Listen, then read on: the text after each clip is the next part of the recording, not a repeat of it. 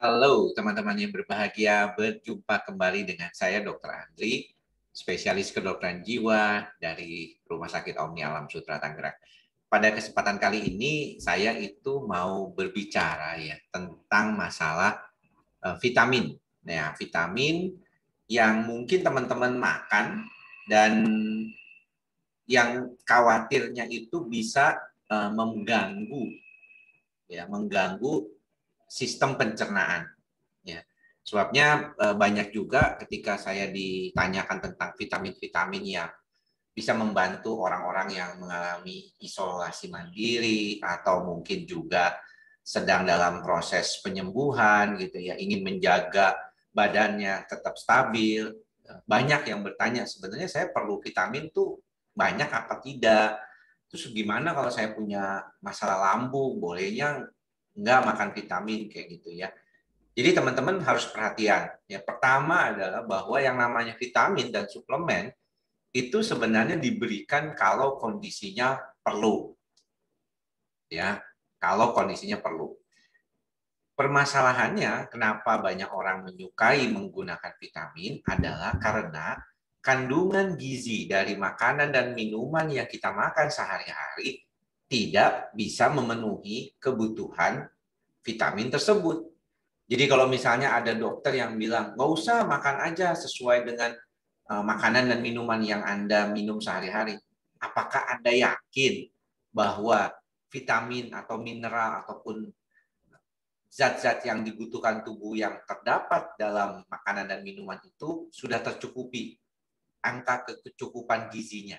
Satu itu. Yang kedua, mungkin sudah tercukupi, tapi satu dan lain hal kita salah masaknya, ya kan? Kita masaknya terlalu panas misalnya, ya bahkan belakangan ini banyak orang gampang masukin microwave misalnya, ya udah rusak vitaminnya, atau masaknya berulang kali, ya rendang aja kan enak kalau dimasak berulang gitu ya, ya mungkin zat besinya juga udah hilang gitu, udah habis gitu karena proses pemanasan yang berulang tersebut.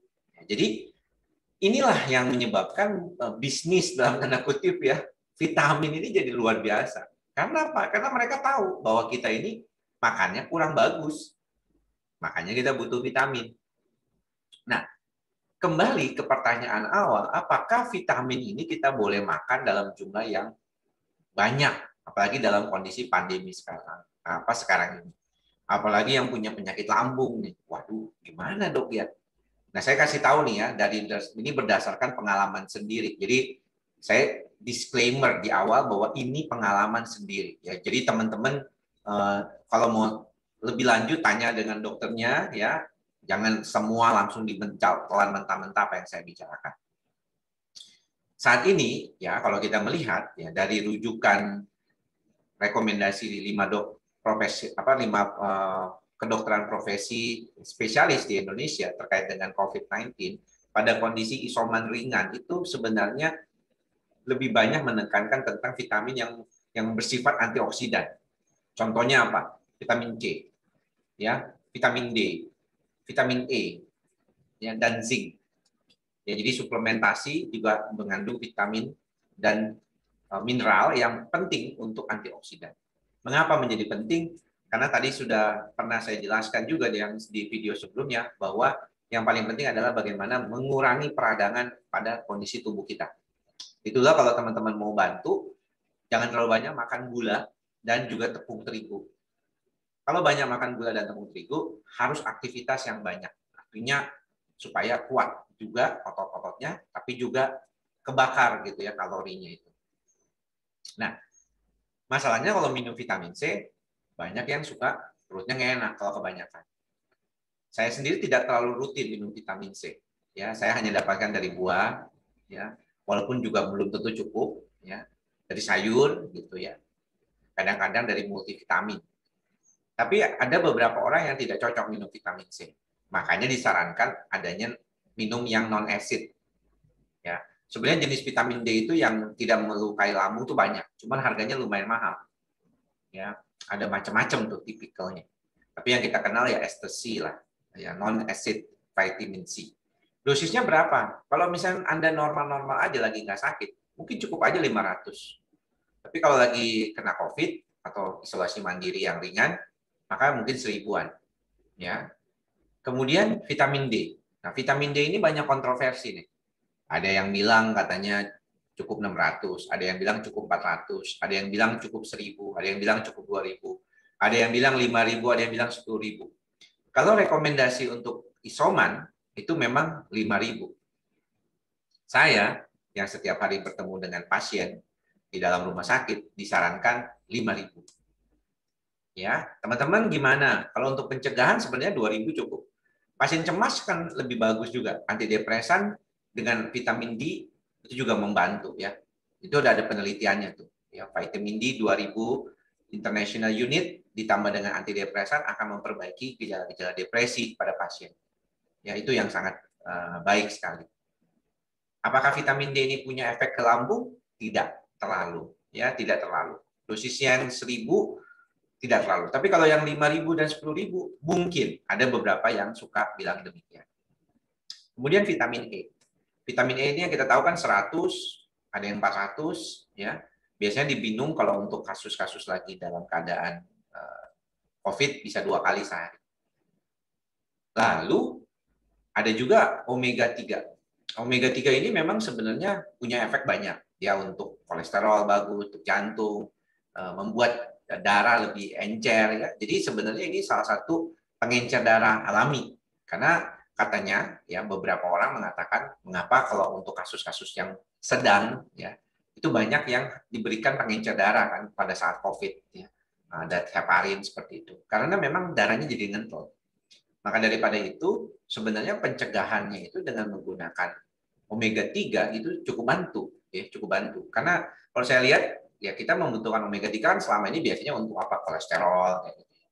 Berapa tuh dosisnya, Dok? Beda-beda ya, ada yang 300, 500. Biasanya sih 3 kali 500 sudah cukup, 2 kali 500 untuk pencegahan juga boleh-boleh aja, nggak ada masalah. Jangan lupa minum air putih yang banyak kalau teman-teman banyak minum vitamin. Ya itu sangat penting banget ya buat kesehatan teman-teman juga. Dan satu lagi adalah mineral zinc. Nah, mineral zinc ini memang untuk pasien-pasien gangguan lambung luar biasa ya. Saya sendiri kalau minum zinc itu harus habis makan, setelah habis makan langsung. Kalau enggak kembung, ya perutnya nggak enak. Ya, minum zinc itu emang nggak enak. Ya, saya menggunakan zinc itu sebenarnya untuk otot, ya karena saya kan melakukan olahraga beban, jadi untuk mengurangi nyeri sendi itu biasanya kita juga menggunakan zinc. Ya bahkan jauh sebelum COVID ya ada. Nah, ini yang sering kali digunakan untuk pasien-pasien yang juga mengalami COVID. Makanya suka dikasih multivitamin yang ada zinc-nya tuh ya, kalau misalnya kena COVID isoman. Terus apalagi yang mungkin banyak ditanyakan itu vitamin B. Vitamin B sih biasa ya, saya kira vitamin B itu bagus, boleh diminum sama teman-teman vitamin B12 atau B kompleks sekaligus gitu ya. Efek sampingnya cuma nafsu makan aja kan. Biasanya lebih tambah nafsu makan.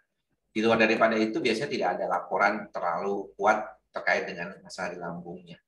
Yang paling sering dilaporkan masalah ke lambung itu kan vitamin C dan sejenis apa namanya tuh kalau kita bilang mineral ya kayak kalium, kalsium, zinc itu banyak menimbulkan efek samping mual.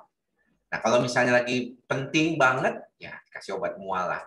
Tapi kalau nggak penting banget ya sebaiknya kita belajar untuk mengatasi kondisi kita sendiri dengan menjaga pola makan yang baik ya. Kalau misalnya semuanya nggak bisa diminum dok, dicoba kayaknya nggak enak ke perut ya sudahlah kembali ke cara menyediakan makanan yang benar, pola makan yang benar, dan juga cara masak makanannya yang benar. Itu yang paling penting yang harus diperhatikan sama teman-teman semua. Oke ya, baiklah.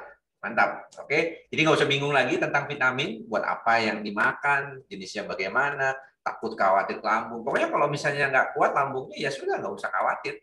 Makan makanan aja seperti biasa, tingkatkan kepengetahuan kita tentang gizi, yang bagaimana cara mengelolanya, teman-teman bisa lihat. Caranya yang mengelola lebih baik direbus atau dikukus, ya, atau raw misalnya. Jangan digoreng, jangan dipanasin berulang. Itu hal-hal yang kecil-kecil kayak gitu aja. Ya, tetap melakukan aktivitas olahraga, berjemur ya sebaiknya, kalau ada beberapa orang bilang lebih baik berjemur sekitar jam setengah 10, jam 10, karena disitulah saat sinar ultraviolet B-nya katanya keluar ya, jadi itu yang membantu pembentukan vitamin D juga di dalam tubuh. Mudah-mudahan kita juga terhindar dari COVID-19. Semoga kita semua sehat selalu ya, dengan menjaga proteksi dari dalam, dan jangan lupa juga menetapkan mantra kita bersama, ikhlas, sabar, dan sadar. Sampai bertemu lagi di lain kesempatan. Salam sehat jiwa. Bye-bye teman-teman.